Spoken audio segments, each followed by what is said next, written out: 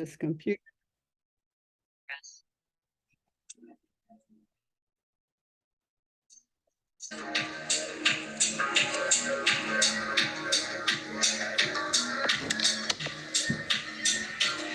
Grand Rising, Elizabeth. Thank you for joining us this morning. At 9 a.m., we will close our social media and continue on Zoom only. Join us by getting your Zoom link at elizabethvisionaryconference.org. We'll be there until 10 a.m. You can go now, and we'll see you in the Elizabeth Zoom room. Peace. Today, your hosts are Queen Aduni, Danni Stillwell, and Lolly Mariah Tolbert. Enjoy.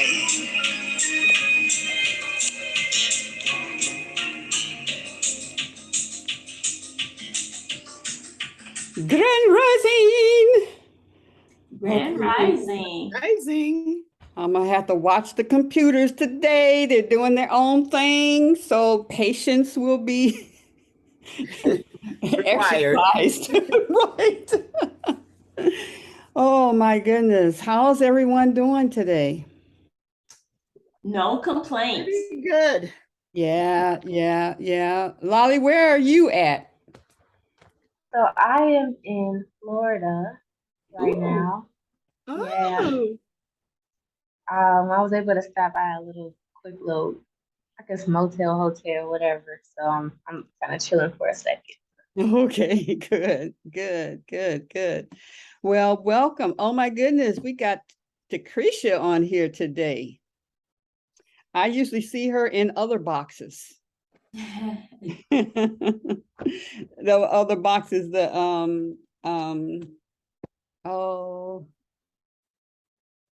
Course in Miracles that I'm taking. Yes. Mm-hmm. And she broke us off into partners, and Decretia was Pam's Star's first partner. Okay. Yeah, and they were great partners. I see they sneak in with each other. So often you want that first love, you know. Yes. You just set it up, and they were together every day, in the morning. They was together, and then you get a new partner every month. We get a new partner, and so there are different dynamics. Yes. Like, especially if you had some good dynamics with somebody, you want to still kind of keep that going. If you're not getting what you used to get, Right. You had a boyfriend and the boyfriend was really good and stuff, and then you get a new boyfriend and you don't do what the other one was doing. Trying to sneak. Well, and the boyfriend, you can't be sneaking over there and stuff. You get in trouble. But anyway, so we are looking forward to a great day today. Danni is out of town again and moving about. She is such a influencer. She really is a world influencer. She's always doing some things to help people and especially our sisters. And she works directly with Iyanla Vanzant. So you can imagine the type of work that she's doing on a consistent basis, because Iyanla's always doing something and helping people.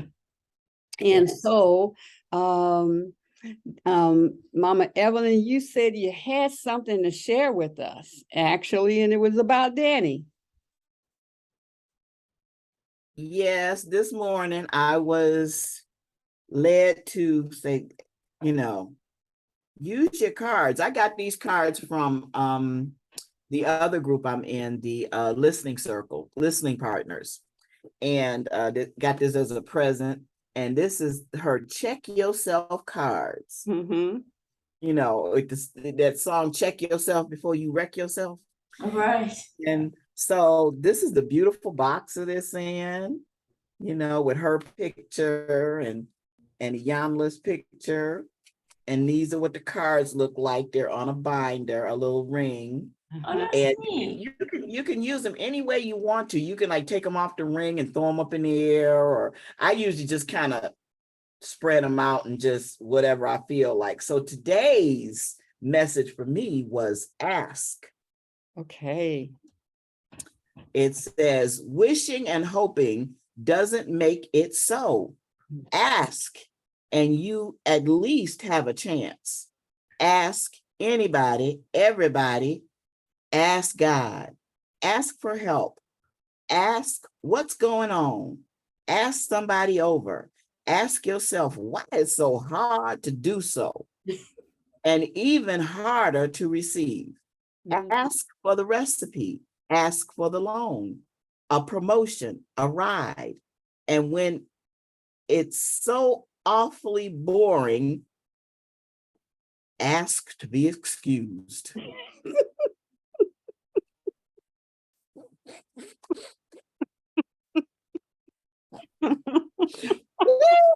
Last one. It's- That one finger up, you know, you stick Exactly. church. Yeah. Well, Evelyn, thank you for sharing those words. That was funny Yeah. and divine and good. Yeah. Yeah. So I want to ask, I mean, that being starting our day off, you know, we honor the spirit and where we go. Where are some places that where that hit you? Because she made a list of things. And I know for me, one of the things and one of the major things that block me, stop me, slow me down is asking for money. Oh, Asking for money. And I see where that has hurt me. It's not being able to ask for money. I have all the ideas and all of that stuff, but in somewhere in my mind it's well, they might say no. I like to be on the creative side, and I like somebody else and go and get the money. Well, that's not working for me. You know? That person has not shown up yet. That's like, oh, I got you. I'll produce you. I love what you're doing, and so on and so forth. So that is so appropriate that I'll take that on to just ask, because if they say no, it doesn't kill me, you know, right? I'm not going to go into the hospital. I'm not going to anything like that. So if anyone else has something where that hit you somewhere in your life that you're not asking, it may be something from your husband. It may be even sexually, that we don't ask for what we want done to us, or what we would, those type of things. It may be a simple, I just want to go and eat somewhere. And that question that is always asked, and my husband and I, we laugh about it. There's that doggone question again. What do you want to eat? Well, what do you want? Well, where you want to go? Well, where do you go? So why did God make us have to eat? But let me back off of that, because it came to a point in my mom's life in her last days that she couldn't eat. And that was so hard for her and hard for us to see. And I just met a sister that at the shop, not met her, but her mouth was weird. And so I'm wondering, because I've been seeing her come to the shop for years, and her sister was like, that's how she's speaking. So I said, I wonder, did Felicia have a stroke, a mild stroke? Well, last time she came, I was able to ask her, and she was saying what had happened in her mouth and how all of this is gone out of it. And so the thing that they put, the false teeth that they put in her mouth, has to cover the hole so that she doesn't drain and come down, right? And so she has, everything that she eats now has to be, what's that word? Grinded, yeah, puree. Yeah, everything. So being able to say, I would like to go to this place and be able to eat whatever I want to is so important. So, so I value having to eat, having to ask where are we going to go, and just go through it. Well, you know, I like going to vegan restaurants, and so yeah, that asking. So where in your life, anyone want to share that you see, I need to open my mouth and ask for what I want? What I want. Anyone want to share? Well, this is Deidre, and for me, it's not being attached to an outcome. You know, I can share what I want, you know, but don't be attached to if it happens for me or not. You know, don't be attached to the outcome. That makes it easier for me to ask. Yeah. Because, you know, okay, they can do it or they can't, you know, but I need to ask. But if I'm not attached to the outcome, it makes it easier for me to ask. Yeah, thanks for sharing that. Uh-huh. Yeah, because even as I think about, you know, money for the business or whatever it's for, they always, you know, they say you're going to get so many no's before you get a yes. Or you think about Tyler Perry and his story, and how that, and that's what I think about, is how often he had to do it, and they say no and no and no and no, and now look what's happening in his life. Right.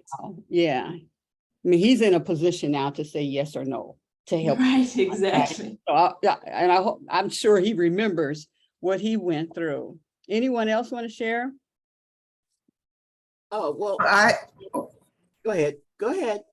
No, go ahead. I've always had a problem asking for what I needed. And only recently, as I've gotten older, have I released those fears or whatever, because I felt like if I have put enough into life for others, then I should be able to get something out. I shouldn't feel like I'm in a deficit when I ask for something.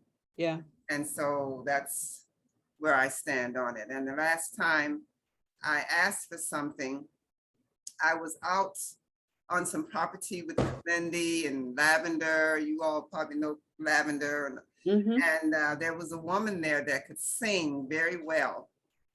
And it was my birthday, and I asked her if she would sing Whitney Houston's song, "I'll Always Love You." And Lavender said, Spirit said, you need to ask more often. And I thanked her. And when she sang the song, my mother appeared to me.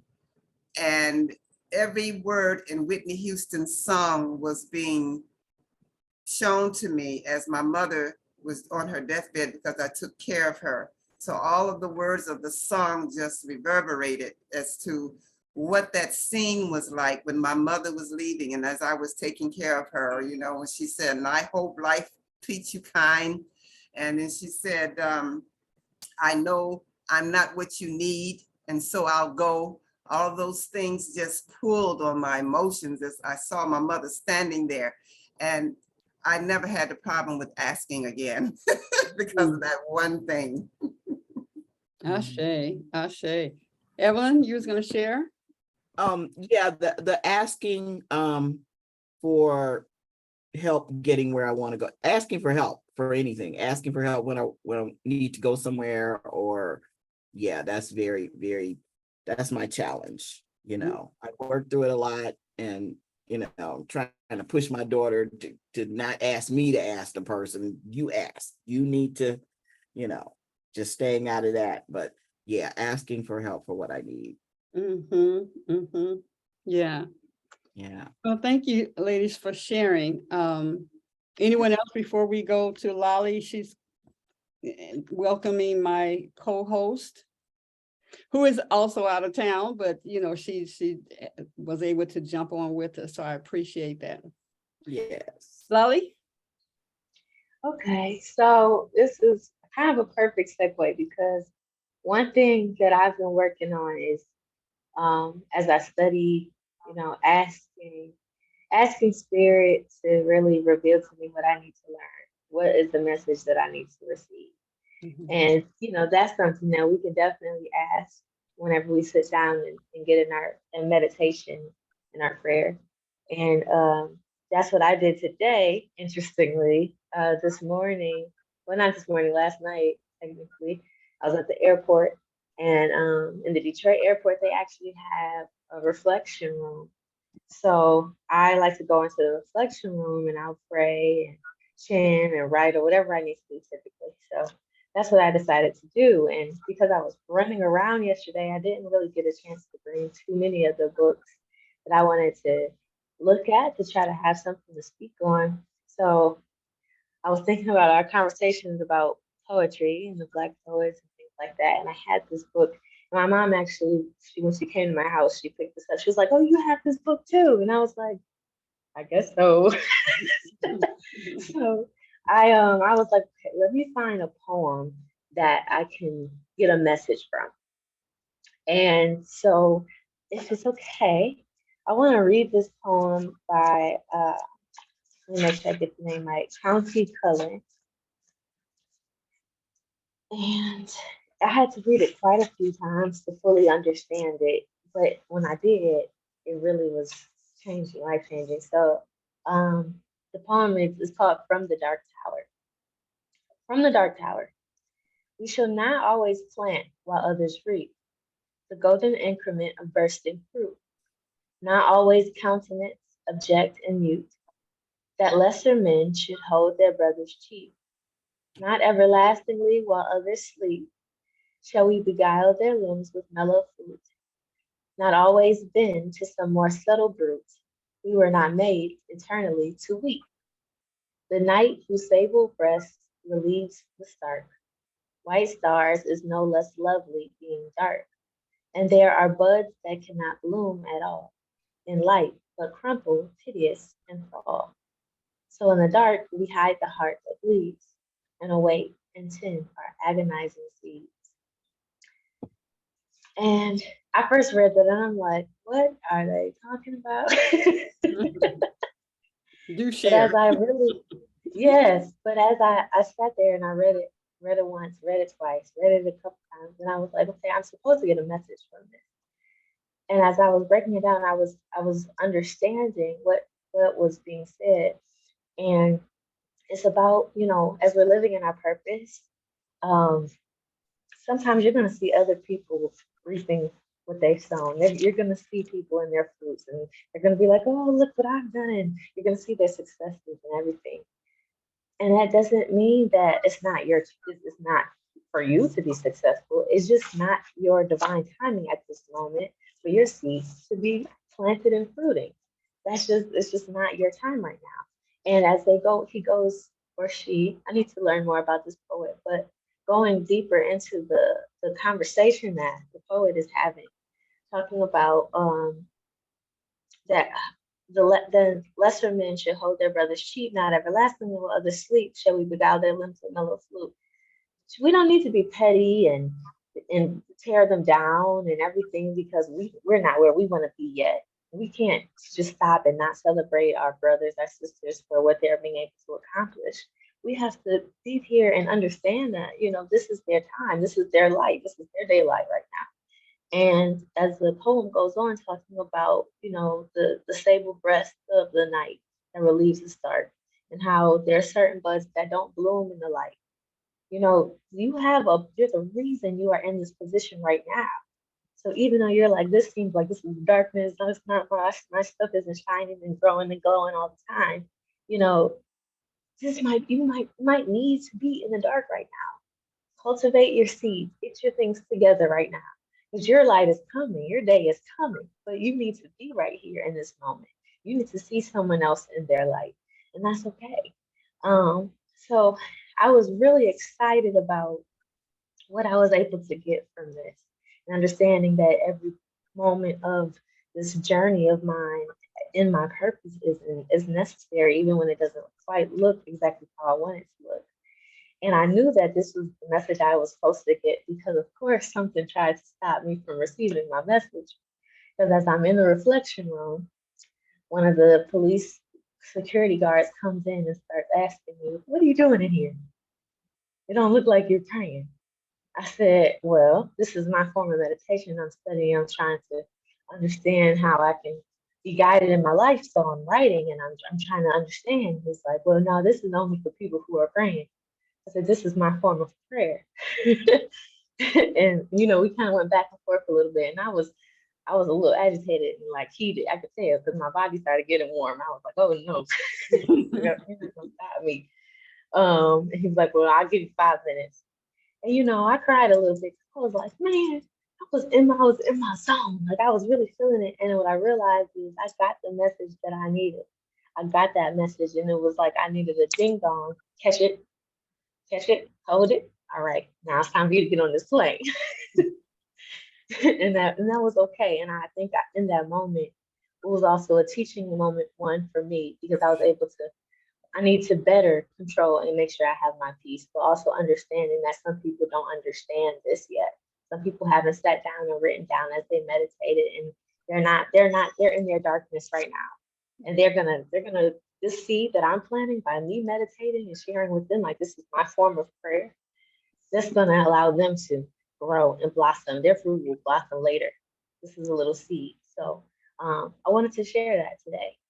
Oh, that was truly a blessing. Thank you for sharing your reflection of, what happened in that moment. Thank you. When you shared about the poem, I think it was a beautiful poem. And I feel that, especially when things are happening with other people, I try to find a connection with that person or that group or what have you, but don't feel that I'm lacking, that it's not happening. But when it's happening to them, it's happening for me too. So I feel bonded when I see good things happening to other people. So, yeah, I ain't gonna even say the word, but but anyway, yeah, so I feel connected. So, if somebody wins $1 million, I will win $1 million. I mean, that's a wonderful thought. And when you have those kind of feelings, for me, and that's coming my way too. Those things will flow my way as well, just so I don't feel disconnected from other people. So thank you. Mm-hmm. That's good talk right there, Deetra, because when we move as one and we really recognize that we are all one. Yes. So the good, the bad, the indifference, it affects everybody in some way, because some way we are connected. Maybe not as much. We'll feel like it's not as much if I'm like all of you, you're connected. We're all connected. We know each other. But I don't know the sister or a brother that's way over in Africa, in Germany and stuff, that in whatever I do is some way that ripple will affect them over here. Because if I was to say, let's say I'm in court and or especially what you see politically, and they're lying about something about their city, let's say, then somehow what that city, the decision that it makes or the impact is going to affect the whole world in some kind of way. Or if we look at something and we see a woman, something happening, good, good, bad, or indifference, we get a reaction from that based on what our life and the experiences that we have, things that we have experienced. It could heighten it or it could calm it down. You hear something that happened and then you say, oh, wow, it's not as bad as I thought, blah, blah, blah, like that. And the goodness and the joy and stuff, to celebrate.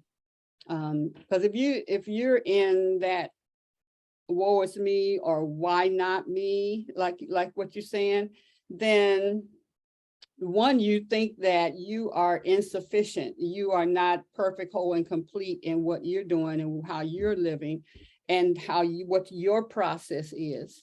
Some things that happen to somebody else, I wouldn't have been ready. Right. Wouldn't have been ready. I would have messed it all up. So thank you. Yes. May I? Okay, I'd like to say to you, Lolly, you said at the beginning, I didn't hear all of the words of the poem very clearly coming out, but I did hear you say that you didn't understand it at first, but you read it at least twice more, which to me indicates your desire to actually elevate yourself in your spiritual aspect. That was wonderful, because if I was to read something and didn't understand it, I would have just went someplace else because I don't like digging like that. And the other thing is when an equal and opposite energy arises when you are trying to get the best out of something, that lets you know that you're definitely on the right path. And you took from it what you needed and you went forward, because I know when you're in the middle of doing something great or good, Satan will raise his head from somewhere and push back on your energy. And I realized that, you know, when I'm in some task, like there would be a huge motorcycle, loud, right under my window. And it'll stay there because I'm irritated. But the moment I make up my mind to just focus on what I'm doing, it'll go away. And therein lies that scripture. When you resist Satan, he will flee from you. So you resisted him and you got what you needed. And I appreciate that. Yeah, and I like when you said, Lolly, that you actually planted something in that man that he didn't understand that what you were doing, you were very appropriate. It was very appropriate for where you were, but he didn't understand that. And then one day he'll be in a session like this maybe, and he's like, wow, that's what that sister was talking about, you know. Yeah, so that's thank you. Thank you for sharing, my beautiful queen. Speaking of beautiful queens, we have our powerful speaker today. All of them are, but today, in the right now, we have Claudette C'Faison. Am I saying your last name right? C'Faison? Say it for me. Claudette C'Faison. Claudette. It's C apostrophe. Oh, okay. I thought that was middle name. C'Faison. And it doesn't, I right. made up my own name because my maiden name was Chinnery. And I didn't think anybody was going to call me Chinnery Faison. So for the last 38 years, my name's been Claudette C'Faison. You know, when you put the apostrophe, it's like you just eliminate some letters like didn't. Yeah. So my name is Claudette C'Faison. Yeah, and the apostrophe is up there. It's not a period down there. So anyway, for the past 30 years, she has worked with over 6,000 girls and women who thought their lives were limited. Those who were stuck in unfulfilling relationships, had lost passion in their work, reached their educational and financial goals, and still were dissatisfied. To those who had escaped domestic violence, were challenged by teen motherhood, living with HIV, or in entangled relationships, all having in common that they wanted more, but didn't know more of what.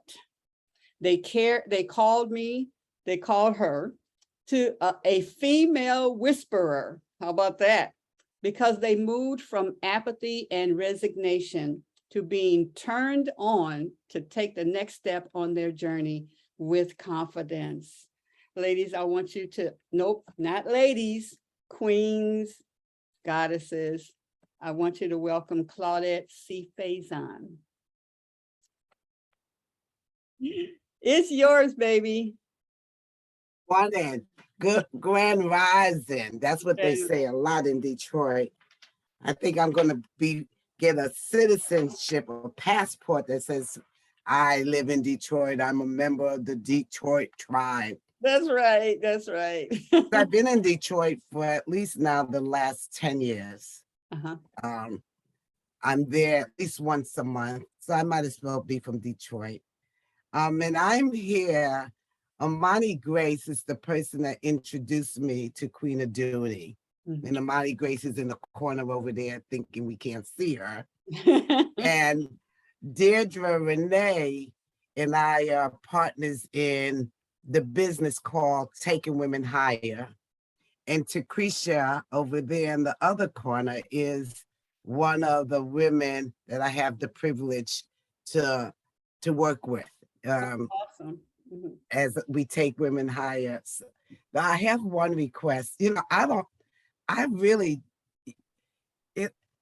I knew where I was going to start, but with all of these great conversations, these pre-conversations, it's like, oh, I want to talk about that. Oh, I want to enter there. Stop talking so I know where to enter. And the first one with Evelyn, with Ask, I actually am a master at that. I actually introduce myself to people as I am high maintenance and I love it. Ah.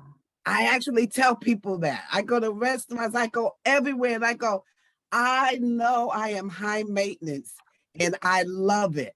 And asking is the thing that gives me access to my power, to my grace, because ask and it shall be given unto you. Yeah.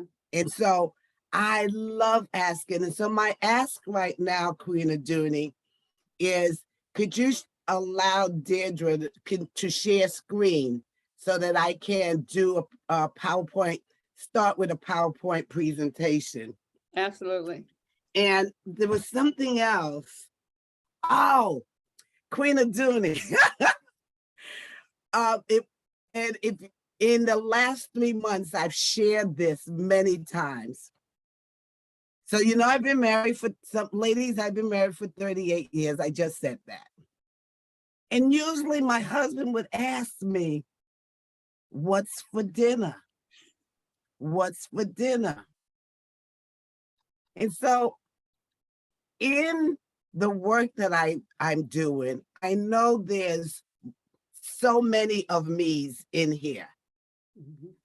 And so because my husband and we worked together for the last 30 years, I know how to be a partner to my husband, a business partner with my husband. I know how to be a co-parent with my husband.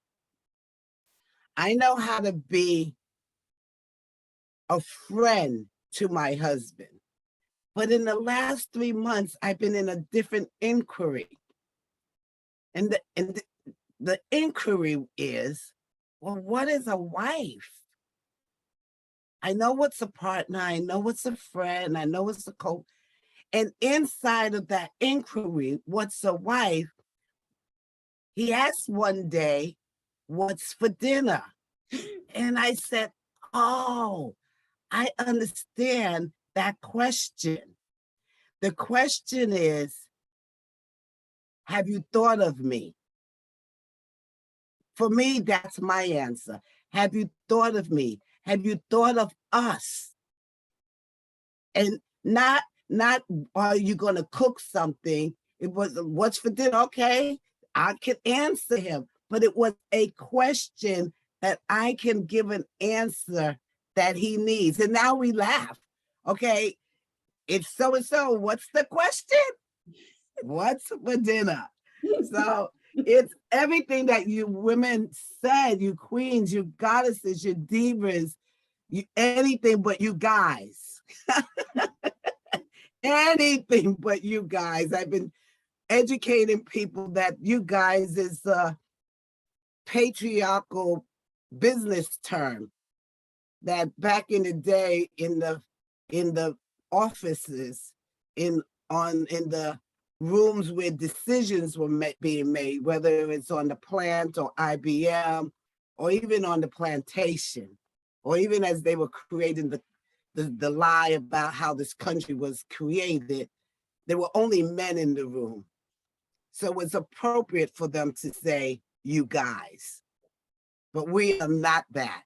So I'm going to start, I said, oh my God, I want to make sure that I provide what's wanted and needed. So I'm going to do a little bit of ground in history.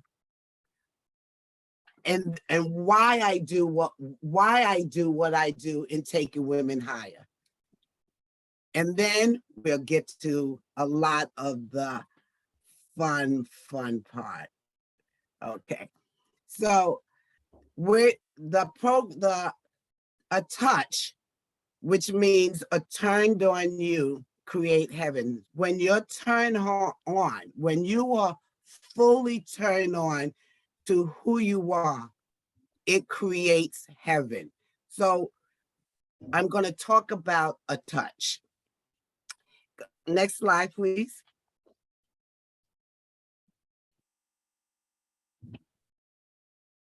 You can't turn the next slide.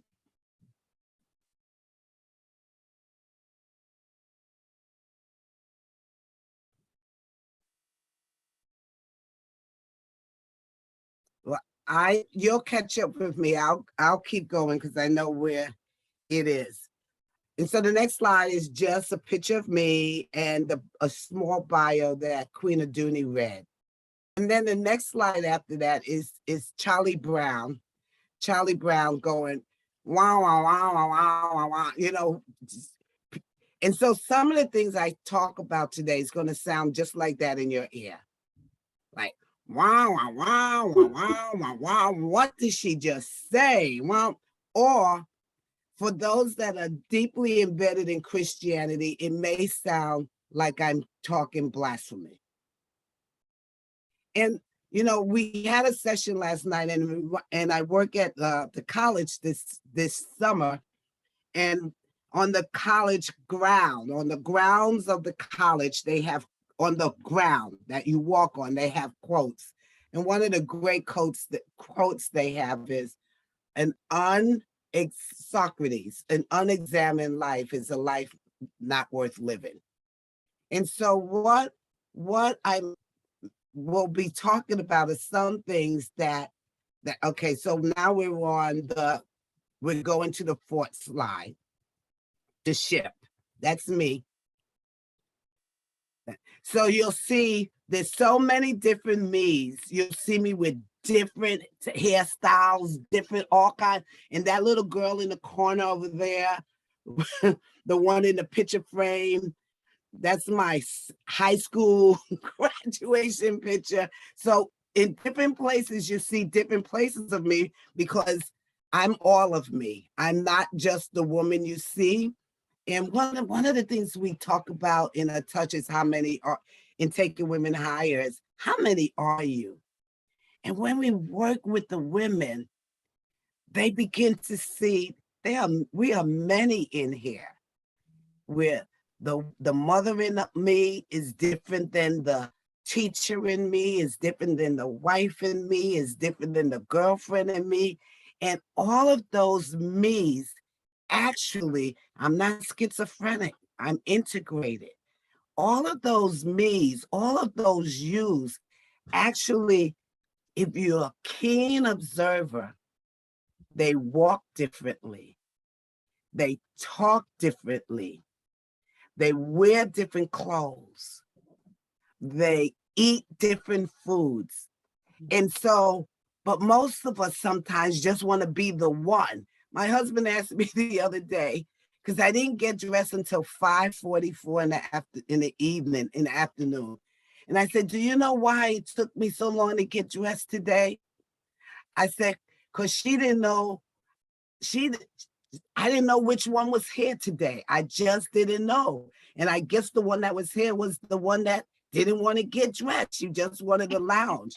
So there's all of us as women, and we've been narrowed down to this is who you are. And it's just not women, it's men, but I really focus on women because without us, without the women, we're responsible for everybody on the planet.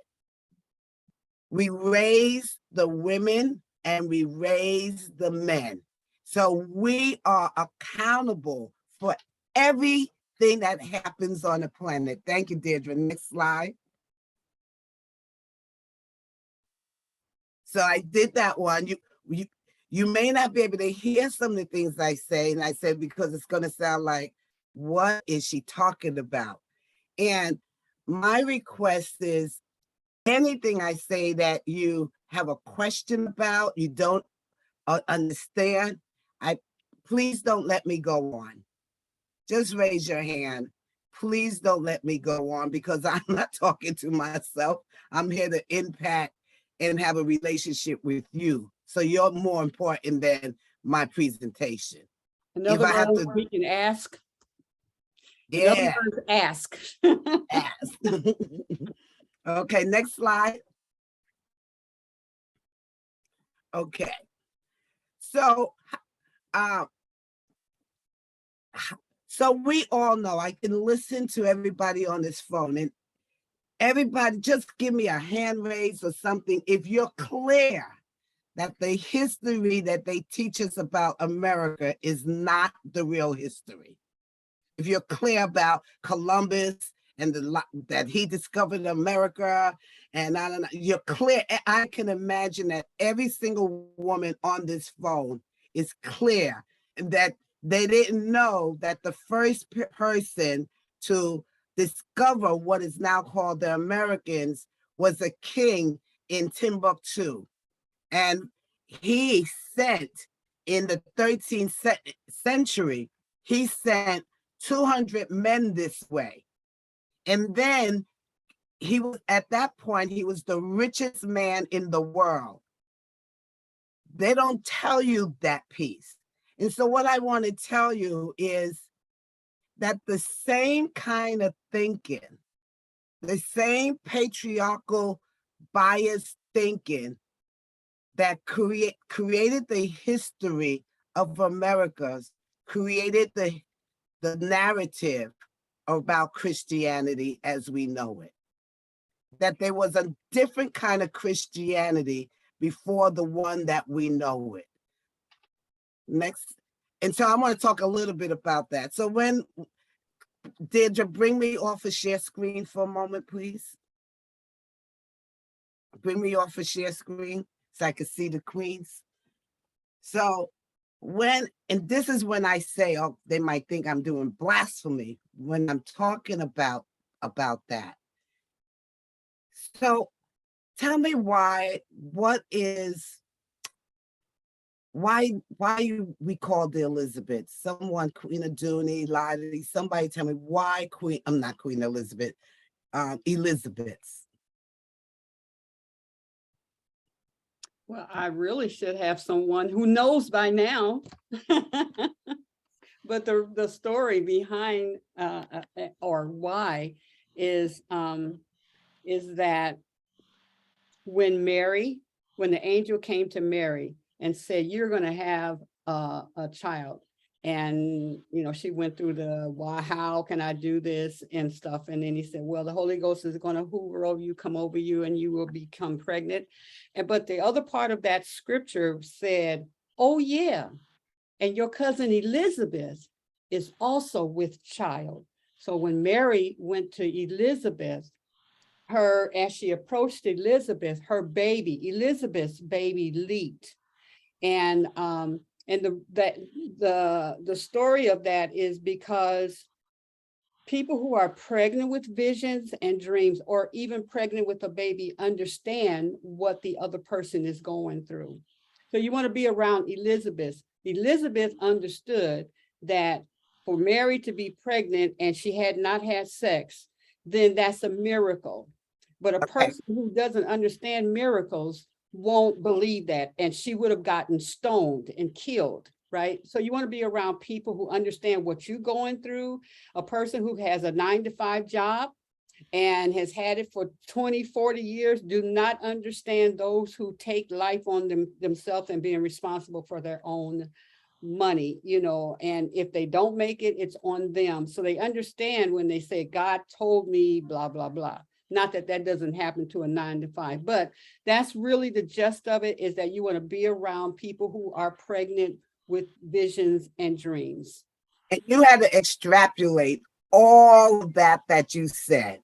You had to extrapolate because that is not written anywhere in the King James Version of the Bible. You had to go in spirit and extrapolate that. And so when I I ask you, who are the two heroes in, as the Bible is written, as the King James Bible, as I said last time, King James, you get it? A king, not Rabbi James, not Gnostic James, but King James. So you begin to see how far back this patriarchal system has gone. So the two heroes, anybody can tell me who the two heroes of the New Testaments are?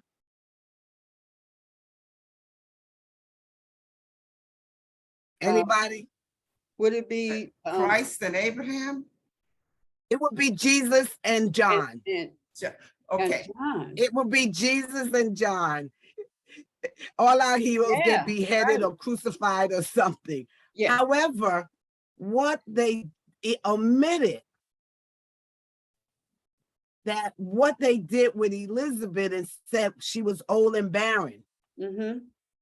What they said about Mary is she was a young virgin, stripping them of all the womanhood, the wisdom, the glory. I don't say power anymore, Susie. I don't say power because that's such a patriarchal word. I'm gonna say magic. The magic of the woman was not mentioned at all. The femininity, the fullness, the one that knew.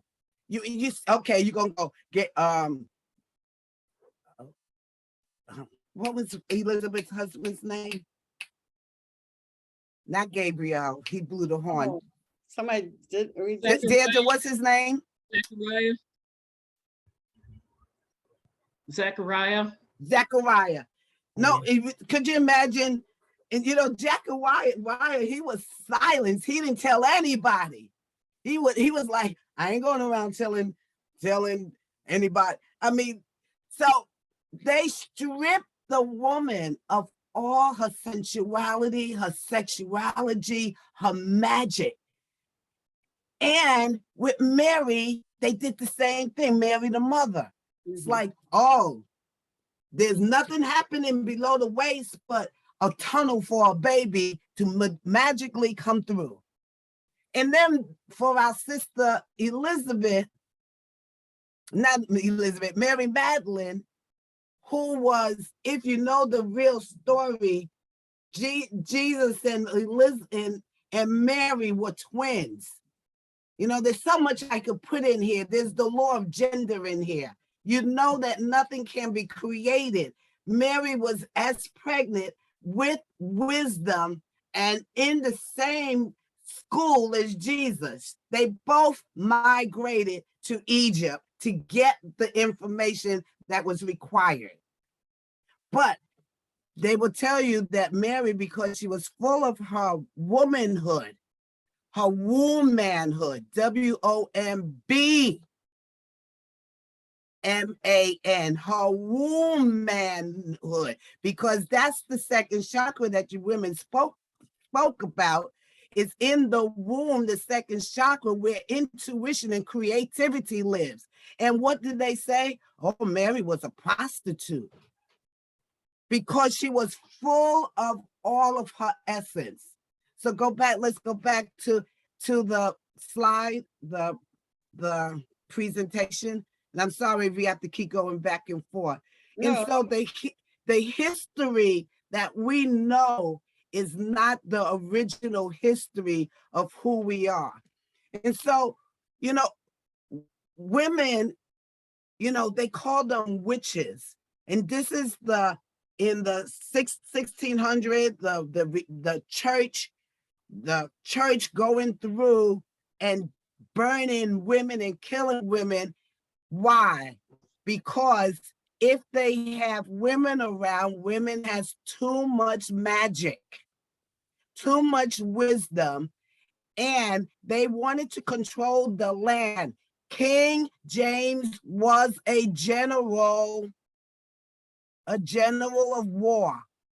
And this was about how to take your land, and the best way to take your land is to create a war, so that all your men are out of the vicinity in someone else's home, killing them, so they could come in where the men live and burn and kill the women, so that they can have the land. So I said, oh, these people was witches. And so what the book said, these women were witches. And I want you to know, in my version, what is a witch? A witch is a woman in total control of herself. My definition, a witch is a woman, W-I-N-T, total, C, control, H, herself. Now, when you get a bunch of witches together, we'll add the other two, and that is women in total control of herself in every situation. In every situation, women and I'm gonna tell you how they would say it today. When anybody call you a bitch, celebrate, because a bitch is a badass in total control of herself. You say, yeah, I'm high maintenance and I'm a bitch. I am totally in control of myself. So we got to flip these things around. And so what you can see is the reason for a long time. So let's just come back out of this screen for one more minute. Now, we just talked about the New Testament. Let's go to the Old Testament. And how did they say we got in trouble? No, you gotta come on. Yeah, that was Eve. Yeah, talk about that fruit. No, not just the fruit, but he said, Adam go, it wasn't me. It wasn't me. It was her. It was that woman over there. She made me do it. And because of her, now we are, Eve is the cause of all sin on the planet. We've been conditioned that, and all of that is in us. I don't care if you're Jewish, you're Muslim, you're Christian. Glad to be coming that which I can't read, chat, and lead at the same time. I get all confused. Don't read. That's why it's in the chat. I can't do that, but chat out loud sometimes because I want to know what you're saying. I want to know what you're thinking. So we have been, I just finished reading a bit of the Quran for the first time, and I was surprised how much of the Old Testament is in the Quran. And so the whole story about what it is to be female this time around is terrible. It's terrible. We've been suppressed. We've been the cause of everything. And because we the bad guy, I'm going to use that word here, because we've been the bad guys, they've beaten us. Back to the PowerPoint, please.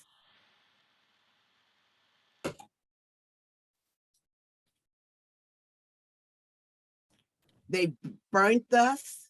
Next slide.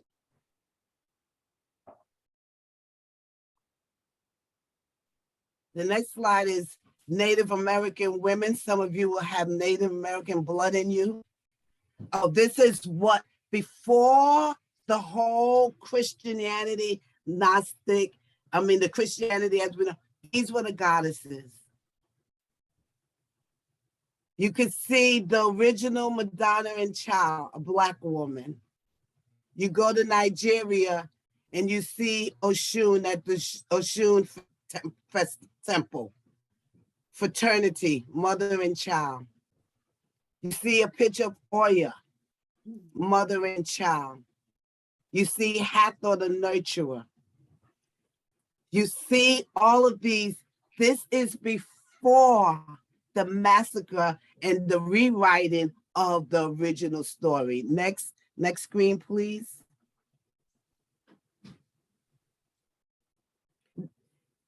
And in the Americas, what's in our DNA, what's in our stories when we come back as Black people, when you come back with everything. If you're Native American, you could see what they were doing with the women, snatching their babies. You could see what they did in slavery, having you feed white babies, and you were nothing. Next, this is all inside of us that suppresses our essence. And what's inside of us is so we spoke about a little bit about the law of gender, then there's the law of vibration. And the law of vibration is nothing rests, everything moves, and everything vibrates.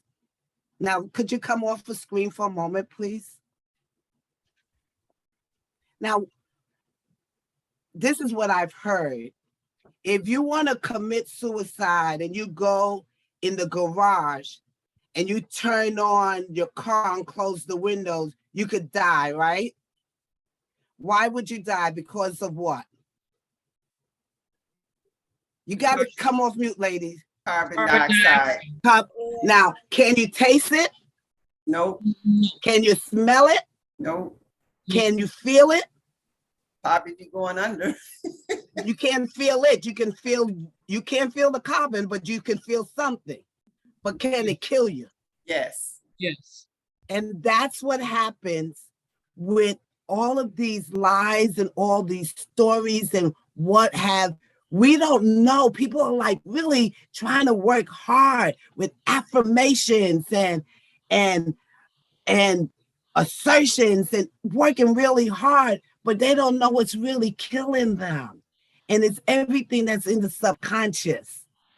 And even when we get a whiff of what's killing us in the subconscious, we think an affirmation and powerful talking could get us out of it. But that's just like putting frosting on caca, because we haven't dealt with the cause of the root of the pain.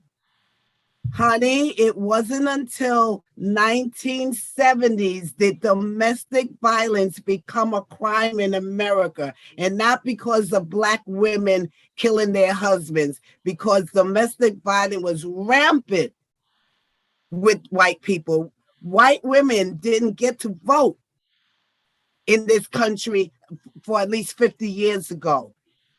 We've been suppressed for a very long time, and it's not just Black women, it's women, period. We've been suppressed, living in this male, patriarchal, dominant world. And my job is to ensure that every woman that Spirit brings to me, if Spirit brought you to me, hello, you've been brought to me.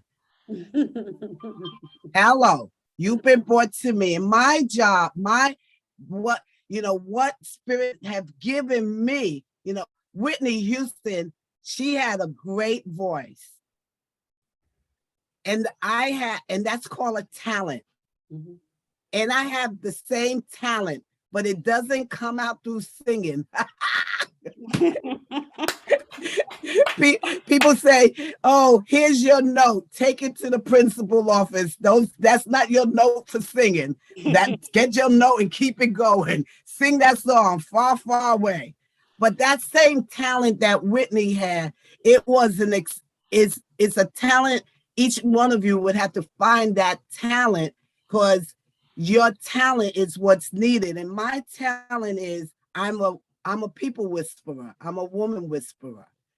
And I praise my talent. I've been doing this as long as I've known. First you would call me a children whisperer, but I'm just a people whisperer.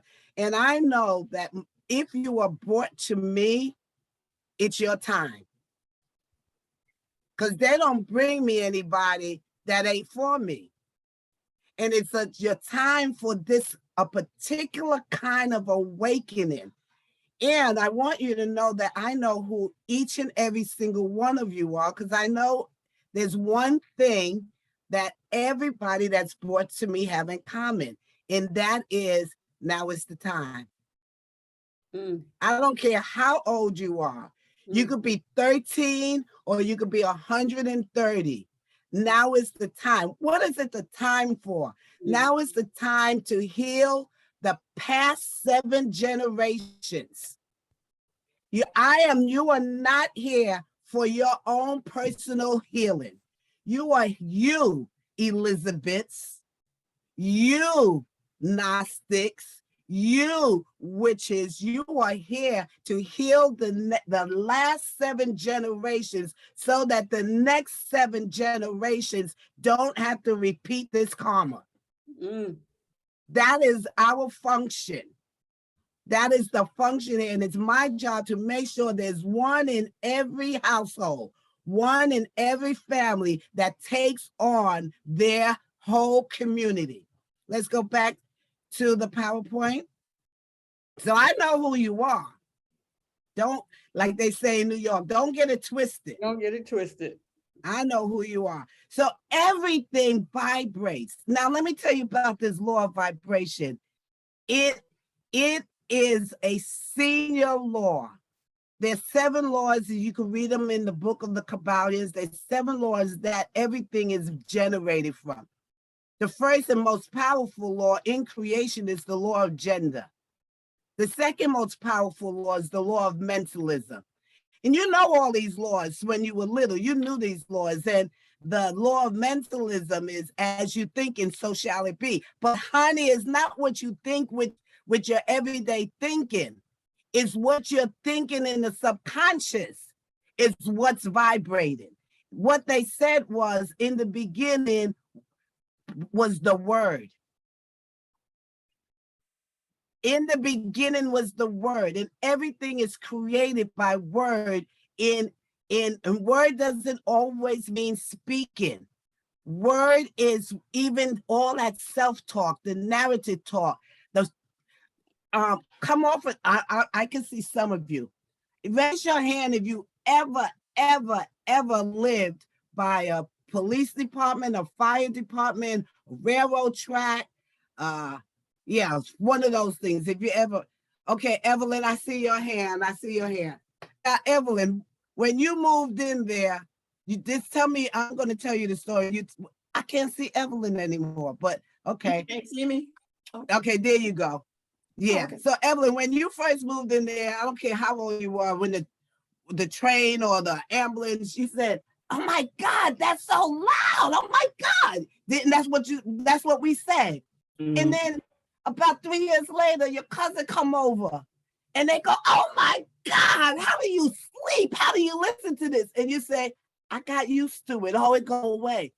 And all those negative conversations that are embedded in you, they still go, the engines are still going on. You just can't hear them, but they are still going on. And Wow. those conversations in your subconscious about lack of being a woman, the lack of me being able to control my money, the lack of being able me to control my body, the lack of me, I'm not this, I'm not that, the Black women, the lack of too much melanin, the lack of this, the lack of this, the lack of this, even too much is the lack. All of those conversations are still going on. You just can't hear them because you've been used to it. And if there's things in your life that you haven't been able to manifest, it's because you are vibrating at a low frequency and you can't fix it with doing, excuse me.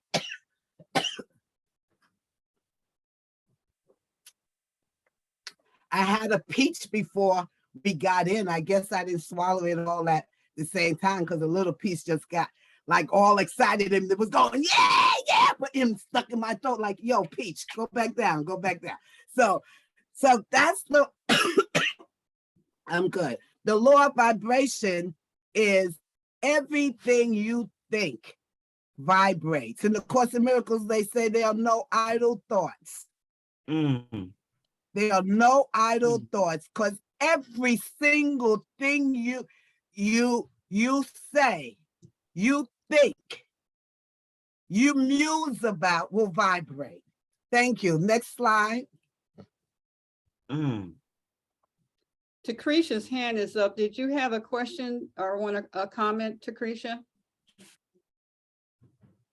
No, I was up from the living by a train station. Okay, cool beans. So I want y'all to know, now we're getting into the part about what we do. What you're looking at is the power of the womb. Everything in creation, the seeds are in the womb. The seed of your brilliance is in your womb. The fruit of your brilliance is in the womb. You have a bunch of seeds inside of you called ideas and vision. However, I'm going to assert your wombs aren't in good conditions. Your wombs are not in the condition to produce the fruit of your thinking because of what I just said prior. It ain't personal. What has happened to you is not personal. It is conditioning, and it affects all womanhood. It's not you personal. So stop trying to fix yourself and let's get busy in going to the source of the womb.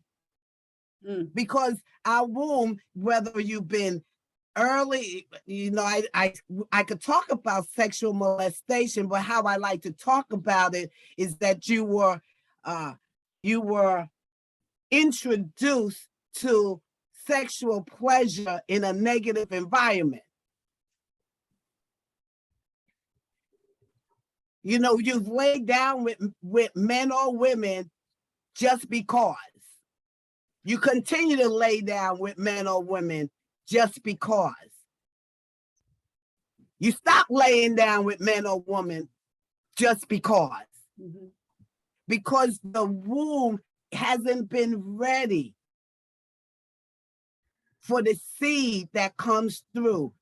Honey, we've all had miscarriages and abortions without ideas. How many people know what I'm talking about? Give me a hand raise or something. Not like you physically had a miscarriage, but you had some brilliant ideas and they miscarried because our wombs weren't strong enough to hold them. So just look at this. Look, all the different seeds. And if you take a look, they look like everything between your thighs, that upside down pyramid, that most powerful place, your yoni. In my younger days, I used to call it the pussy, but I'm educated now, I call it the yoni. But when we called it the pussy, I used to go tell everybody, we're gonna pop, we're gonna learn pop. And pop was P-O-P. We was gonna learn the power of the pussy. But then I got educated. You know, after going to Egypt 17 times and sitting at the feet of Isis, you get educated. And then it wasn't the power of the pussy anymore. It was the magic of the yoni. Two different discourses. It's the magic of the yoni and what's in the womb. Next slide, please. I love this slide. So I want you to look at this orange, and then I want you to look at your yoni. Can you see the similarity in the womb and the structure? And I'm going to bet that you have no idea what she looks like between your legs right now. You may have looked one time when I was in my 20s. I took a mirror and I looked. But I don't think any of your faces look the same like you look when you were 20. I don't think so. So what does she look like now? Now, why I call her a she? And it's important that you know she and everything inside here. Everything, everybody wants to call this whole thing the vagina, but the vagina is the entrance into the womb. And so what's inside in this vagina is the quantum field. It's powerful. That's how come they didn't want you to know. They cut the clit for women, Africans. Come on, everybody wants to get to the yoni. Everybody, except for you. Everybody wants your yoni except for you. Everybody wants it. Or to control it. Or what? Well, that's to want it, to control it. And I said we've given people authority to have things that are ours because we've been conditioned, not because you've been molested or something's wrong with you. You've been conditioned. It's not personal. Next slide, please.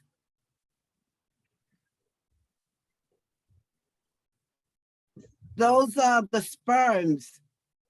Every sperm, this is the law of gender right here. You have to have a womb and a sperm, which is a seed, an idea, and a healthy womb for the flower and the beauty, the smell, the love. It has to happen. In order for you to provide this, the womb has to be well. Some of you have house plants.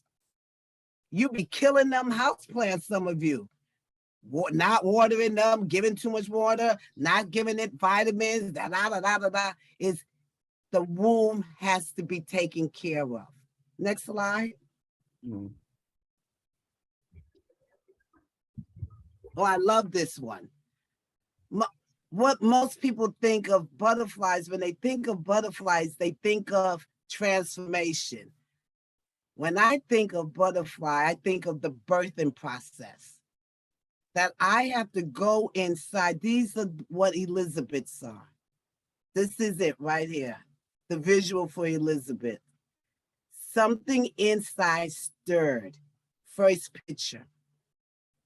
And it was growing and moving and growing until it was manifested. Next slide.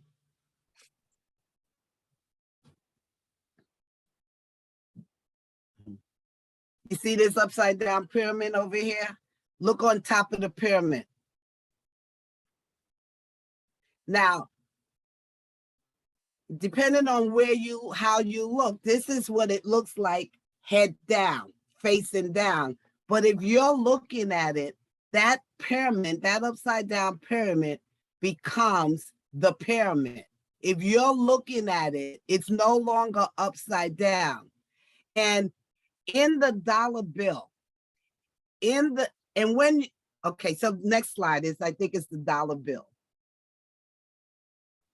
And when you look at the dollar bill that we have in this country, at the top of the pyramid is the third eye. And I'm not going to go into that whole education. I have a teacher called Master Teacher Isis, who will tell you the correlation between the second chakra and the sixth chakra a little differently than I'm going to tell you. But that third eye, when you're looking between your legs, that third eye is the pearl, the clitoris, the pearl of the clitoris, where there is magic. You've learned, seek ye first the kingdom, and all good things shall be added. I say, seek ye first the queendom, and all mysteries shall be revealed. Next, I think that may be the last slide. Next slide. You want more of me? Call me up, visit my website, do something, but get to me. I don't care how you get there, but get there if you can. Okay, come back to screen. Okay, questions before we move on. Hi, Alita. Questions, comments. You have to come off of mute so that I can hear you. And if you don't feed me, I can't give you any more food. This ain't that, I've been up all night making this Thanksgiving dinner, and all you want to do is look at the food. Get out, no way. All I right, want to Lily say B. thank you. All right. You got to throw your hands up. We got a lot of people. Lily I B. just, Lily B had her hand up. But you gotta come off of mute, little Lily B. How come you always in the car? There we go. Okay, I'm off mute. Hey, gorgeous. Hey, so good to see you. I am so thankful that you came on. You have been dropping gems, dropping gems, dropping gems. So I just wanted to give you appreciation, tell you thank you so much. We appreciate you as a collective. Thank you. I say. Thank you. Sunzi? yes, I want to say you are right on with those of us coming to you because of seven generational things, because my book begins with the seventh generation and the ancestral speaking. And this morning, when I woke up, the first thing I heard was whisperer. I said, now where's that coming from? And then Pam invited me to this meeting this morning. She said, you need to be there. And here I am listening to you talk about everything that is pertinent right now, even about the city of Detroit. Pam and I spoke about this being Mecca. And I was told, and I keep repeating this story, and it is just necessary that I repeat it again today, about the light workers that left the city had to return because there was something we had to do here.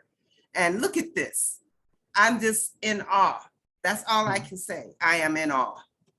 Thank you. Who else has a question, a comment?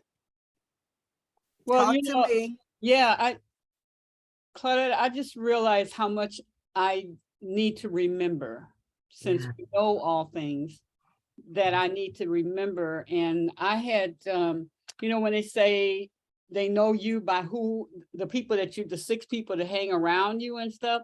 And I knew I needed a new set of influencers in my life, you know, to take me. I'm a leader, but you get to a point where the leader needs to sit and learn. Even as we lead, we need to connect with others who can give you more information, more right information, with no apologies.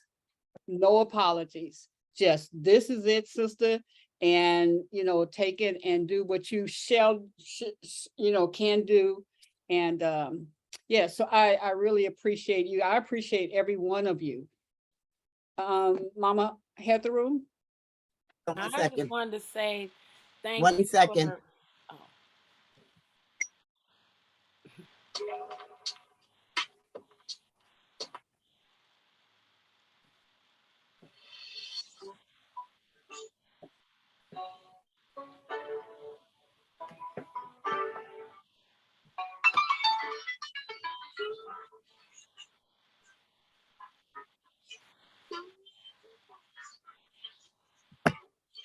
Can you hear? Not really, just a little bit. It's kind of. Hold on. Hold on. Hold on. Let me put the speaker on. 1 second. Deirdre, I know I didn't set you up for this part. I didn't know I was going to be told to play music today. But they said play the song. Okay, I play the song. But Is it someone on YouTube? I can pull it up. No, I have it on YouTube. I just want to put it on my speaker. Okay. Unless your speaker is on. It's in my computer. Okay, remember who you are. Just wanted to say peace and blessings. I need to go. I have a 9:30 meeting. I took off work just to be with you all. Love you. Thank you. Thank Love you. you too. Come back Thank you for anytime. coming, Deidre. Remember who you are. Okay. Thank you. And it's been so lovely. This is Deidre, and it's my namesake, you know, she just departed. But it was interesting when she was called, her name was called. It made me say, who calling me? You know, but it was a pleasure. I'm glad she was there. Is that with Lion King? No. Norman something. Just go ahead. I'll play it at the end. I just wanted to say thank you for reminding us about the magic of the yoni, because it's something that is not respected, and we need to be aware of it and make sure that it's uh, listened to and taken care of, and it needs to be touched daily. I used to say, when I used to go to work, I worked at a school. I said, you know, it would help if women would at least touch themselves once a day so they can have a better day when they get to work in other places. And it's important. And so another one of those patriarchal terms, when you do something good, they go, man, you should pat yourself on the back. I said, no, pat yourself on your yoni. Because that's where the good idea came from. So I want to talk a little bit about taking women higher and a touch. I'm going to be straight up front with you. I want to work with all of y'all at one time. I want to work with all of you as a group, because when I've worked with women in the same community, something happens to the deepening of the essence that you are, and then something else happens spontaneous. So I'm going to tell you a little bit about, and then we're going to do a little exercise. Let me just look at all my notes. I have 3 pages of notes. Why pleasure is important. Law of vibration, I did that. Creation. We have hope. I did that. I wrote this out last week. So I don't know if I told you last week how this came to be, but I think I did when I said I was in the temple of Isis and she told me to do yoga, yoni, teach yoni. And I didn't know what yoni was. I told you that last week, yes? No? I don't remember that. Okay. Yeah. So as I said before, I go to Egypt a lot, at least once a year. In the last 20 years, maybe I've been there 17 times. Wow. And one of the temples we go to is the Temple of Isis. And in this temple, something happens and you're given something. And normally she gives me something, but in 2014, she didn't give me anything but a word. She said, teach yoni. I didn't know the word yoni. The only word that I know that started with a Y-O that you can teach was yoga. So I was like, why she want me to teach yoga? So I went around researching, asked all my yogi friends, why do they want me to teach yoga? And they said, you already teach yoga. Yoga is atonement and blah, blah, blah, blah, blah. But it didn't make any sense to me what they were saying. So I went and asked other people, and people kept telling me the same thing, the yonis. So I came up one day, I said, oh, she probably told me to teach yoga because I'm chubby. I'm thick. I said, oh, she want me to teach yoga because I'm chubby, and I've always been chubby. And maybe that's how I'm going to get slim. But guess what? It didn't have me run to no institute to learn to teach any yoga. I'm like, yo, that ain't, I used to do yoga in the 70s. I've been there, done that. And look at my size. I ain't doing that again. But I look pretty good for this. And I look good, pretty good right now. And so I was studying with someone else at that point, and she would talk about the pussy. But one day in the room, someone said yoni. And when that person said yoni, everything, the lights went on, everything, it was like, the answer!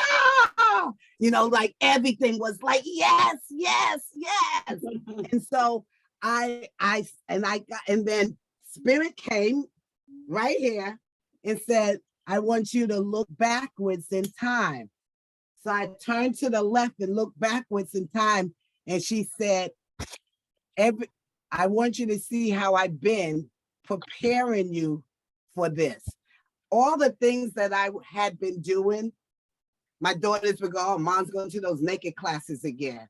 Or pole dancing classes, or pleasure classes, or working with teen, people who've been molested. And and she said, just keep looking as far back as you can. And so that you can see, I've walked you here. And I said, okay, Ashe. When I was initiated in Nigeria, I was pissed off because I was Oya, and Oya is the only female warrior.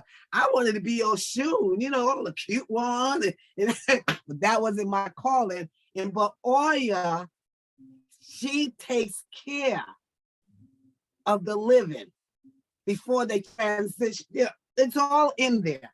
So then I had this little party in my house with 4 white ladies. They were in the same pod. And one of them, I have 3 full bathrooms, and one of them went upstairs to the bathroom, came downstairs, and she said, you got a lot of yoni eggs in your bathroom. I didn't know what the heck she was talking about. I said, that's nice. So I was in pole dancing class. If y'all need a class, come to my bedroom. The pole is upstairs. I'll swing you around. No, you swing yourselves around. So anyway, I'm in the dressing room in the pole dancing studio, and another bunch of white girls, but these are young white girls, maybe in their 30s. They were talking about yoni eggs. So I said, what's a yoni egg? And so they did what all young people do. They got out their phone and they went to Google and they showed me some yoni eggs. And I burst out laughing. Now I knew what the girl in my house said, that I had all these yoni eggs. Let me tell you what I thought I had. I thought I had beautiful rocks that I collected from around the world, from China, from Cuba, from Peru, from Brazil. I didn't know that I was collecting yoni eggs. It was like, oh, this is pretty. And once I bought one shape, I said, I just made a collection out of it. Oh, these are pretty. Everywhere I go to India, I'm going to get one of those. As you know, I worked on every continent with the exception of Antarctica. So I have a yoni egg from everywhere. And so in 2016, I launched Taking Women Higher, A Touch. And what A Touch does is get you in touch with your magic. We could say, I had a struggle for a touch because I'm an acronym person. A touch, a turned on you creates heaven. But I wanted to say, let's make the H healing so that everybody knows what I'm doing. Spirit said, you're not doing any healing work. You're doing birthing work. You're bringing people home. And heaven is between their legs. The sensation. I want you to be clear that I'm not talking about sex when I talk about pleasure. We can get there. It will affect that. But pleasure is all 6 senses. All 6 senses is pleasure in what you eat and what you wear. Before, I'm chubby, as I said. So when I was little, it was like they bought me Menins. By the time I was a jock also. So that means I was good in sports, chubby and good in sports. So they bought me Menins deodorant. Anybody remember Menins deodorant? It's for men. And so that's what I had to wear. Go wash your underarms. Yes, thank. Go wash your underarms. I couldn't use Secret. I couldn't use Van. I had to use Menins. That's what they told me. And so, but now when I'm wearing deodorant or scents, it's for pleasure. It's not to smell a particular way. People would say, I'm brown skin, I'm chocolate. And they would go, ash isn't a color, right? That means go put something on them legs, you get them ashy legs and them ashy elbows. And so putting on lotion, whether it was Vaseline or whatever it was, Jergen lotions. No, honey, Jergen lotions did not work on my skin because I was ashy. I wasn't creamy. But for me to put oil on my skin or whatever I'm putting on my skin today is not just to cover up the ash. Is how does this one feel? How does this one feel? How do my sheets feel? How do my clothes feel on my skin? So pleasure will transform your, it's pleasure to the eye. What does, every seat in my house, I have about 39 windows. In every seat in my house, I have to sit in my seat to know what is it looking at. But every window, except for one, you'll see a tree or something green or a sky. But when you get into pleasure, it's like, what am I looking at? So you don't have to take up on a project called decluttering. You go, is this bringing me pleasure? You take on the project of pleasuring. Oh, how does it feel when all my books on my bookcase are particular way? How does it feel when I was gonna say my underwear drawer, but I hardly ever wear panties, but I do have some underwear. I ain't got on no bra, no panties right now, because I'm LOL, living out loud. And I've been living out loud for a long time. But how does it feel to have things in order? Don't take on no project called decluttering. Take on projects called pleasuring. Yeah. How many people, I had an argument with a friend because we went to a very, very expensive restaurant and she didn't like her food. She started eating on our plate and then she took her food home. And while we in the restaurant, I kept saying, I'm high maintenance, I don't care. Like, send it back. How dare you eat something that doesn't turn you on? How dare you eat? They call it mindfulness. Mindfulness, that means chew slowly. I'm saying chew fast, chew slowly. But what is it doing to your mouth? Have sex with your eyes. Have pleasure with your mouth. Have play your clothing will change. You're in Detroit. It gets cold in the winter. You may go from fleece to cashmere just because of the feeling. And then we talked about how many are you. Now I'm gonna talk about what time is it? Y'all gonna try to keep me on this phone forever, and I got to go. I got to get my hair did at 11 o'clock. For pleasure. So you look good to yourself. We got 15 minutes with you. 15 minutes. Okay. So here's one of the other things. How I know you're disconnected from your yoni is because you don't know her name. Every friend that you have has a name. I don't just go, hey, friend. Well, I do. I have 7 nephews from the same family, kind of. Too many damn names, so I call them all nephews. Hey, nephew. My husband, when he was born, his name was Willie. They called him Billy. When I married him, he was K-Boo. And then his name was Ade, and that was Ade the Cool. I call that sucker husband. I don't know who the hell, what kind of name you got, but every friend you have has a name. My girl, she got a name. When I was a little girl, I gave her a name. Now, here's the thing. As a woman, you got to let her tell you what's her name. Mm-hmm. We got to, she is alive and living. Yeah. And she is access to power. So your assignment, yes, Mama. Miss Claudette, when I was in high school, I had all of my friends, we all named our reproductive areas, and everybody had a name. I was Virginia because I didn't do nothing back in the day, but I got it, Virgin. I got it. Yeah. I made sure everybody had a name for their partners. My Yoni's name I love my Yoni's name. Her name is some more. You know why? She wants some more.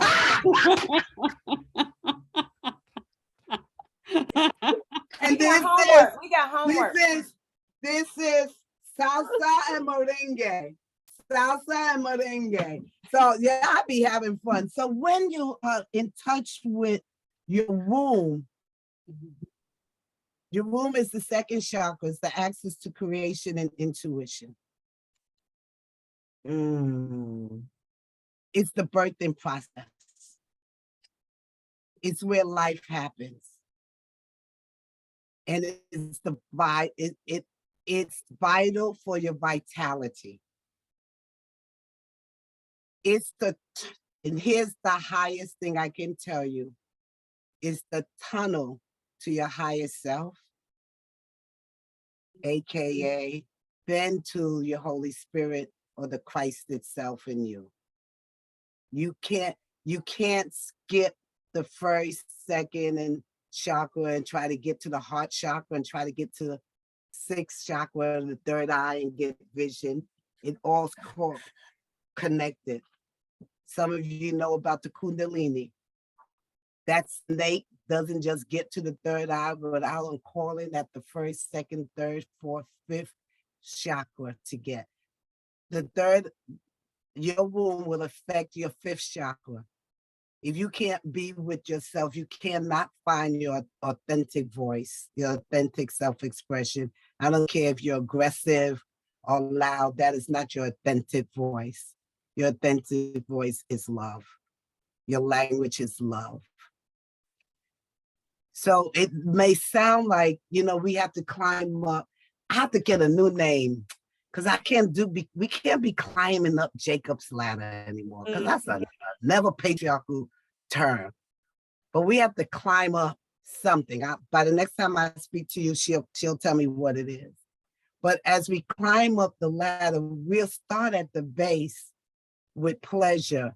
But where we're going is we're going home.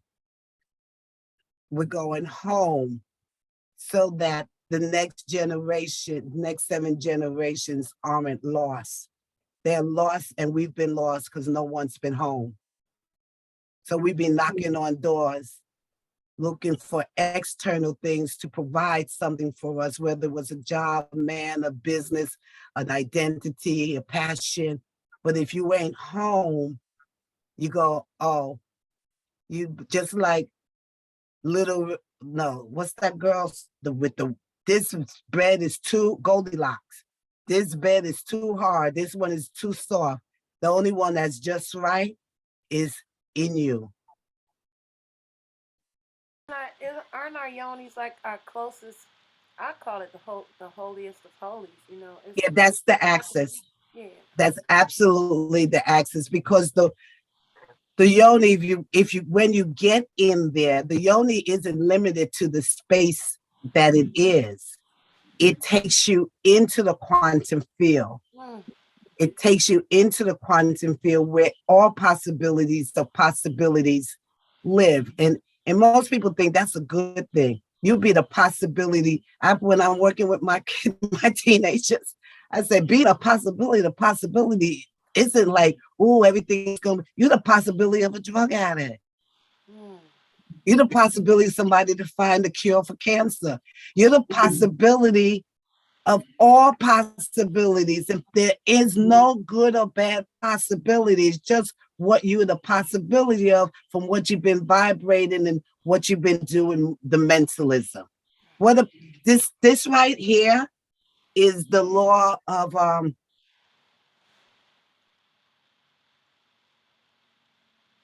I'll come back. It's telling me something else. Okay. So she says that what you should know is that it is my desire. It is my desire. And maybe I've worked with Queen Aduni after I leave, you could talk, but it is my desire to work with you as a group. I love being in person. I come to Detroit at least once a month. For me to work with you on the basic level, it is a Friday evening and a full day Saturday church hours on Sunday. I like to say church hours because it's like you be out by 2:00. And then y'all or where's my other auntie that was here last week? The one that has the locks with the braids. Oh, you're talking about Razia? Yeah. Mhm. She's been just talking to me all week, just all week. She's just like, "Ah, ah, ah, ah." I don't know where she is today. Flat lever. But anyway. And so, or I can work with you via Zoom. I don't have a problem like Queen Aduni about asking to be paid. However, I don't work for money. I work for God. I work for Goddess. So whatever we do is going to be that I can work with you if you so choose to say yes at the same time. So now I just like you to sit up, and do what your mother told you not to do. Open them legs. He said, "Girl, close your legs." I was asking you to open your legs. And my speaker didn't work, so I don't know, but I'm going to play a little bit of music. Let's see if it's connected now. It worked last night. I did a presentation, but maybe I didn't charge it overnight. But I'd like you to open your legs.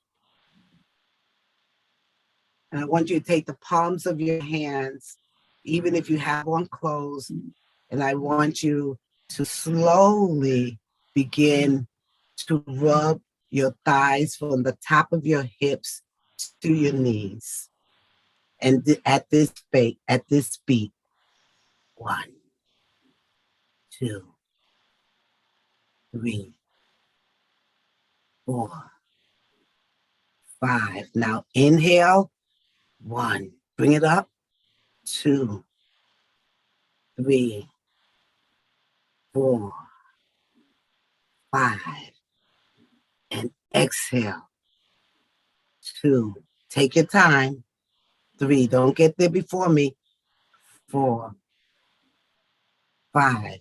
Now use your fingers to come up, not the palm of your hand. 2, 3, 4, 5. Now use your nails to go down. 1, 2, 3, 4, 5. Now one finger.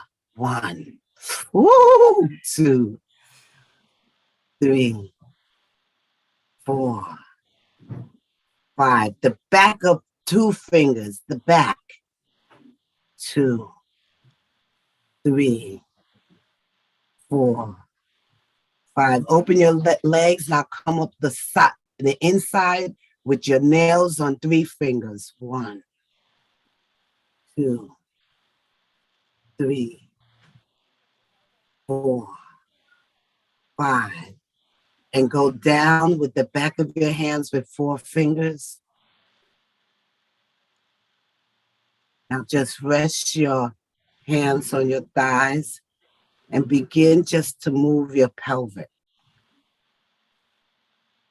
You could either move them in circles left or right, or you can move them in the infinity from side to side. Slowly though. The slower you move, the more pleasure. Now begin to put your torso in there. Keep breathing. And bring it all the way up to your shoulders. Keep breathing. Now bring your hands all the way over your body, over your abdomen. Some people don't like touching their stomach, but that's juicy. Past the girls and into your neck at the, what they call it, kitchen. Remember when you got your hair straightened? In the kitchen, get to that part and just massage and bring it to your ears. Slide your hands to your chin. Bring your arms across your body and give yourself a hug.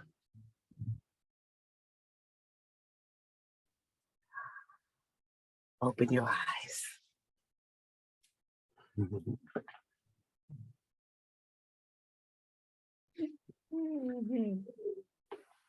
Yeah. So I'm just gonna play 1 minute of this song. And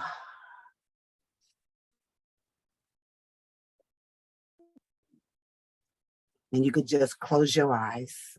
And I'm gonna play it as loud as I can. Here's my mic.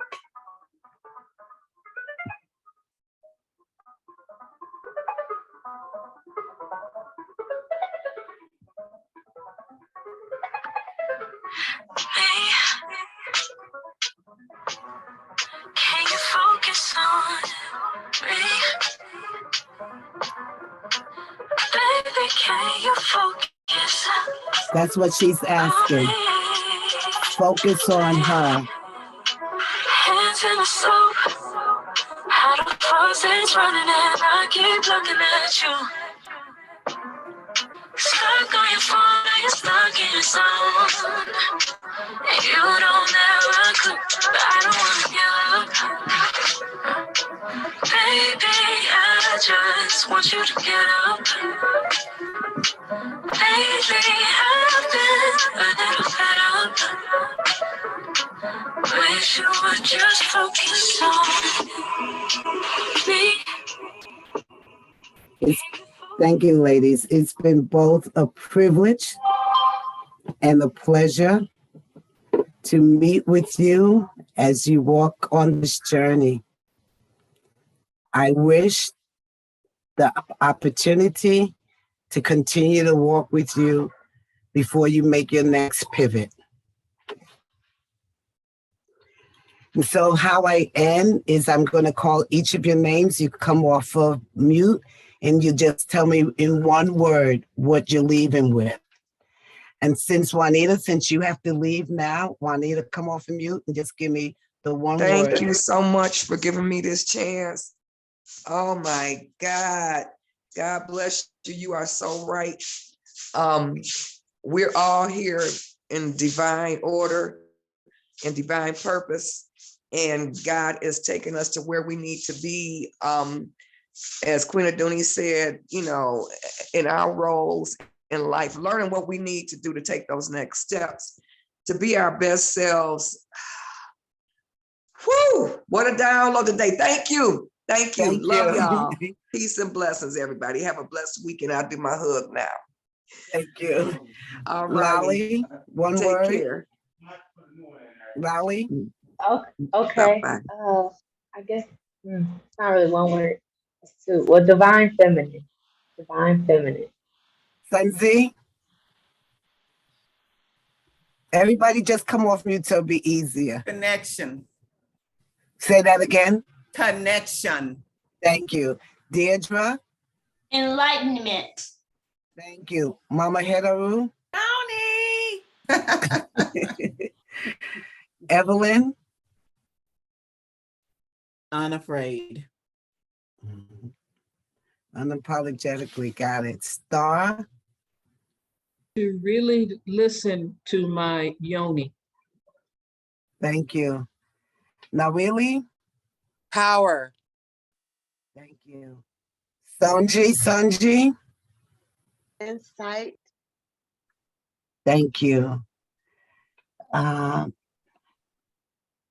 Mayat Bay. Pleasure. Thank you. Omani Grace.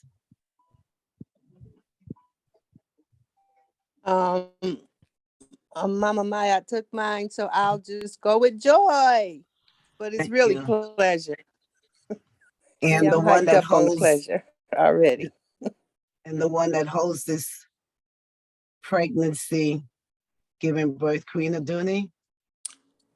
Excitement. I'm sorry, I had a Excitement. Freedom. Okay. Freedom. Somebody's on iPad too, and I don't know that person, but do you have a word? Sonia. Okay, forgive me. I've been having technical difficulties. So what was the question? What's the what one word that what you're leaving with from today? Knowledge. And I hope that in your community, Queen Aduni, I'll talk to you maybe next week. Yeah. If you would have a conversation, is this something women want to do? Do you want to do it in person or do you want to do it online? Okay. Did Sanji say something? Yes, she did. Okay, great. Everybody Yes. spoke. Oh, we so love you. We so appreciate you. Where is she at? Where is she at? Here I am. No, not yeah, Omani. Reverend Oh, okay. Omani. Because She's right there. Say something, girl. that's how we knew. But that's how we know about you. So thank you. Thank you. Thank you. Thank you. Mm-hmm. And yep, I think she's gone. Yep. So let us breathe. Let me tell y'all something. Uh-huh. Okay. That just showed me I can't get away from it. Okay. Somebody would All right. say something, Omani? Was that you? Let me tell you Frozen. something. He's frozen. There was You froze up, Omani. something I've dealt.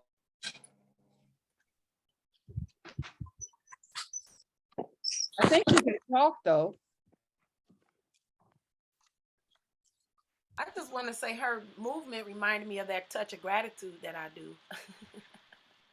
You know, down the body and come up. Yeah. All that. Yes.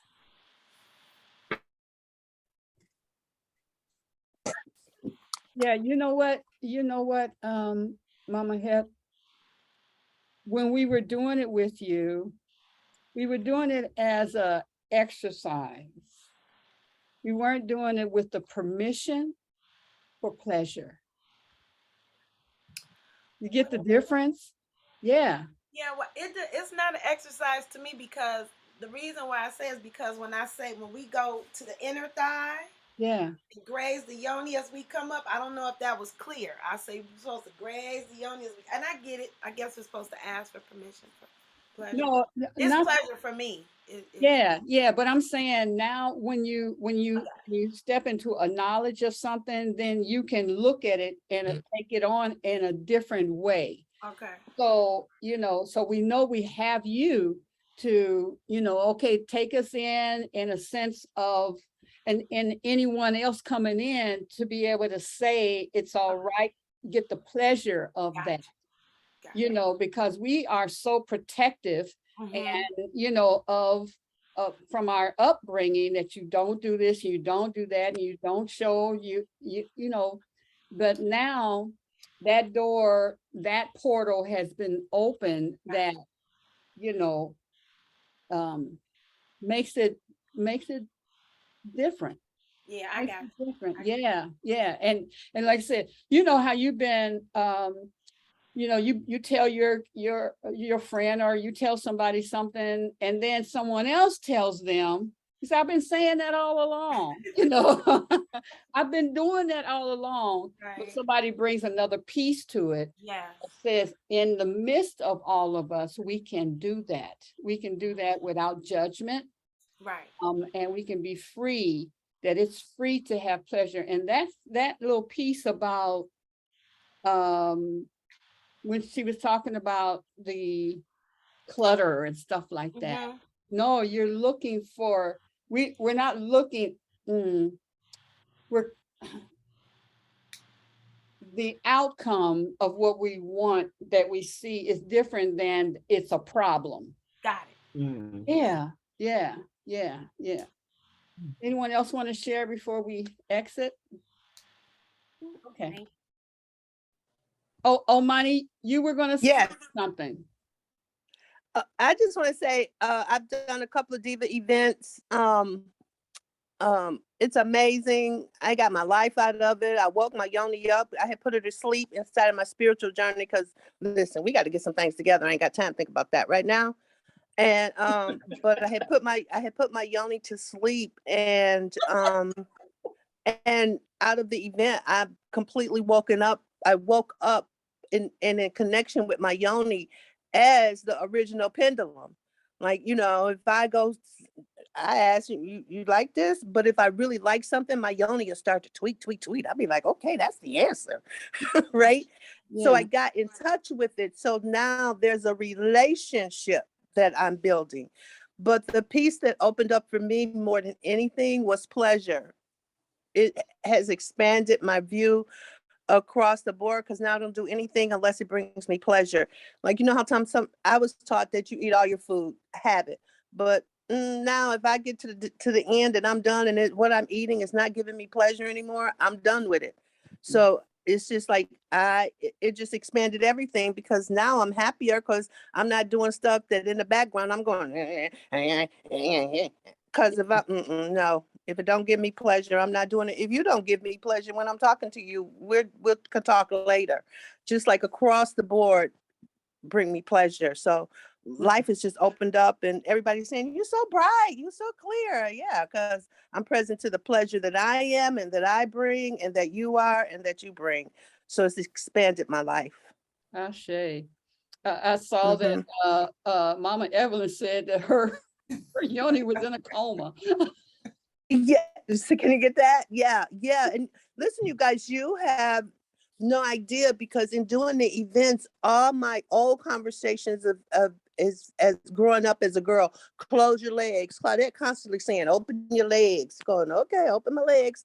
Then I'm a private dancer. I do things, but it's privately. But I was with a group of women and the whole event and I don't show my stuff in public. I'm more private person. So this was all public. So I had to deal with, like at the time, feeling exposed, but it's not exposed. It's getting in touch with my full self, wherever I am and with whoever I'm with. And the ladies, we left with such a sense of sisterhood, connectedness. We all started looking at women differently because we got in the event, we're all beautiful, no matter what size, shape, how many rows you got, how many rows you don't got. It was just phenomenal, beautiful experience to experience ourselves as a group together. So, and for me, my suggestion, like Claudia said, well, they could do it on Zoom because it would be more cost effective. But I'm standing for this group to get together as a group because you guys are light bearers. And when you get together and bring your light together that way, it's going to cause a huge shift in the community. Yes, the shift in the community. Yeah. All right. So I'm complete. I love y'all. I love y'all, and I'm glad I could bring Claudette to you. Thank you. Thank you. Love you too. And You're welcome. We will definitely set it up, and I'll talk to her and just get more and more freedom. Let's bring Mama Evelyn's yoni out of a coma. 911. What'd you say, Nawili? 911. You can see it. You can see it on her face. So good. It's already giggling. It's already giggling. Give yourself, ladies. Give We'll see the after picture. Give yourself some hug and pleasure. Yes. We need some pose. Oh, wait. I have to tell you this. Nawili, right? Everybody knows Nawili's in a new relationship, right? So my husband and I have been together for 40 something years. And when you guys came to You came to the pub last time you came to the pub and you had eaten, well, no, you had, well, yeah, you came and so Philip was standing out there, we were standing out there and and he looked at y'all and y'all were holding hands. That's what I wanted to say. You were holding hands walking up. And there is, now, I don't know if this is true or not as far as what had happened, but he said, I am so jealous. I'm like, why? He said, because I know that they just did something. I just know that they did because you could see it all in their face and stuff. I didn't want to ask you, had you had sex or whatever, but he said, I can see because it's a new relationship, and all, even in the old relationships when my husband and I, it's always, there's a different aura about you when you've just been, right? And he said, I'm jealous. I wouldn't want to ask you all your business and stuff, but I just had to bring that out. The pleasure that you can actually see on someone when things are wonderful. And it didn't mean that they had to have something, but something was going on right before. It could have been a magical kiss or whatever. But yes. Just, We're all getting hot just thinking about it.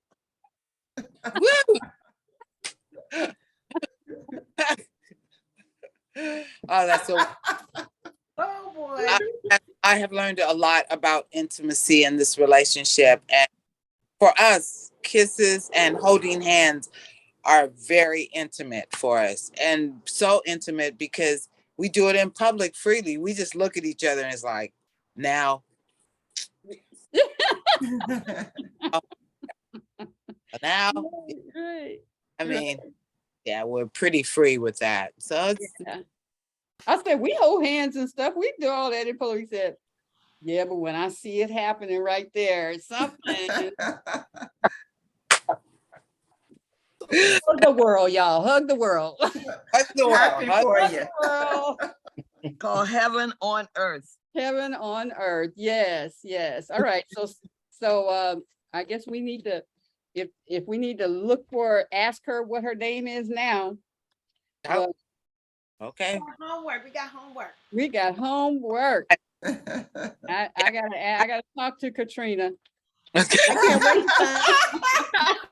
She's saying Katrina, and then I stopped saying it in front of people when a sister or somebody. What your names are? Katrina. I said, oh, I ain't gonna, I kid cat. All right. Peace out. Thank you, Lord. Thank you. Oh, blessings to everyone. Love you guys. Love you guys. Oh, Detroit this week. Sunday, and we're gonna have a whole lot of fun. I mean, we got now we got this picture booth that's coming with that takes you all the way around. Yeah. Where? At Hug Detroit. Okay, so it's on Hastings Street, and it's between Milwaukee and Grand Boulevard. Hastings Street. So it's close to when you get on the freeway off of Grand Boulevard and you're going to go north on 75. There's no south on 75 on Grand Boulevard. Okay. So if you're going towards the 75 freeway, we're on the, as far as Woodward and Grand Boulevard, we are on the we are on the west end of it, the west end on the south side. So anyway, find us. No matter where we are, you'll find us. I'm going with you. Okay. Yeah. Yeah, and bring your family, set up a tent. It really is intended to be not just a festival of that you just walk around, but that you actually bring your family out, and we have a family reunion of Detroiters and everybody else. And there's we got horse for the children, and all of that good stuff. Bring your food, bring food and stuff. You can't barbecue on the ground. You can bring it, so. And if you want to sell something, then there's still vending booths available. All right. All right. I love you. I'm really out this time. Okay. All right, peace.